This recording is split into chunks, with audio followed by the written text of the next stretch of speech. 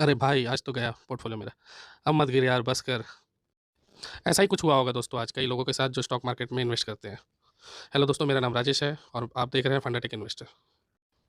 तो अब क्या करना चाहिए? ऐसे ही मार्केट गिरता रहेगा या यहाँ से रिवर्स होने का कोई चांस बनता है? लगातार 3 दिन के ब्लड बाथ के बाद क्या मार्केट और गिरने वाला है या बस हो गया?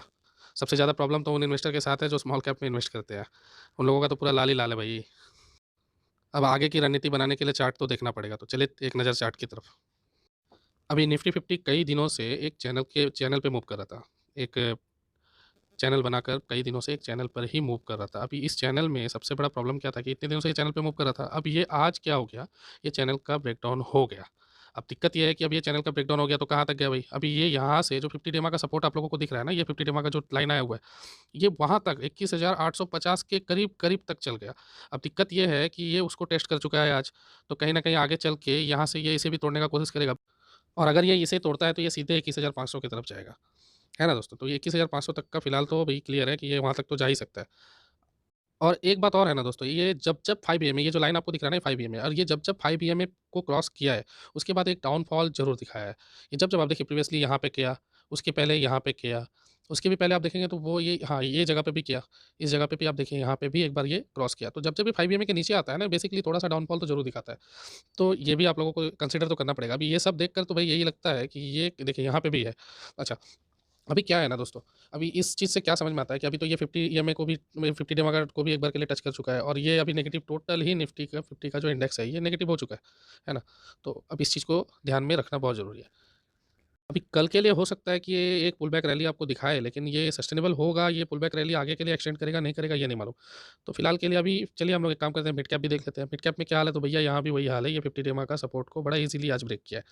तो ऊपर से एक जो सपोर्ट लाइन था उसका भी ब्रेकडाउन हुआ है आज।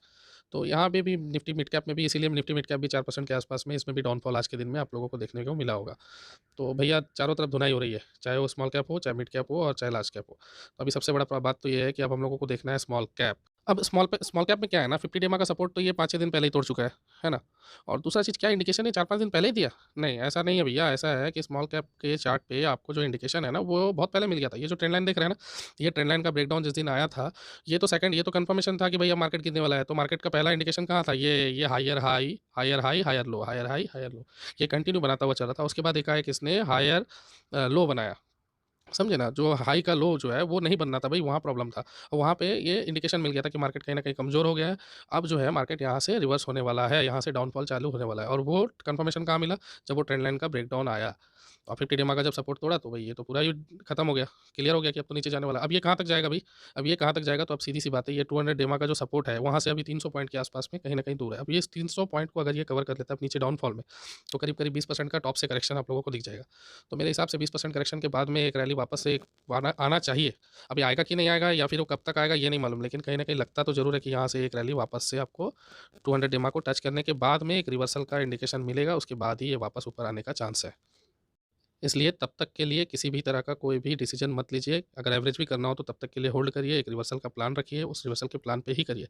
और नया पोज़ीशन बनाना हो तो 200 डेमा के पास में जाकर आप एक रिस्क ले सकते हैं, लेकिन हमेशा इन्वेस्टमेंट पोर्शन वाइज़ करें कि आप 50% पैसा लगाएँ, फिर 50% पैसा रखे रहें। अगर ऊपर भाग जाता है तो अच्छा है ना, तो प्रॉब्लम क्या है? अगर नीचे आ गया तो आपको एवरेज करने के लिए भी तो पैसा चाहिए ना। तो इस चीज़ को हमेशा ध्यान रखें। 200 डेमा तक जाएगा, ये गारंटी है। लेकिन वो कब तक जाएगा? 1-2 दिन में भी जा सकता है या 1 हफ्ता भी ले सकता है। अभी क्या है ना स्मॉल कैप में अगर इन्वेस्ट करते हैं तो इतना तो भई झेलना पड़ेगा, इसका आदत डाल लो। आज के लिए बस इतना ही। धन्यवाद। वीडियो अच्छी लगी तो लाइक ज़रूर करना और नए हैं तो सब्सक्राइब ज़रूर कर लेना। Thank you.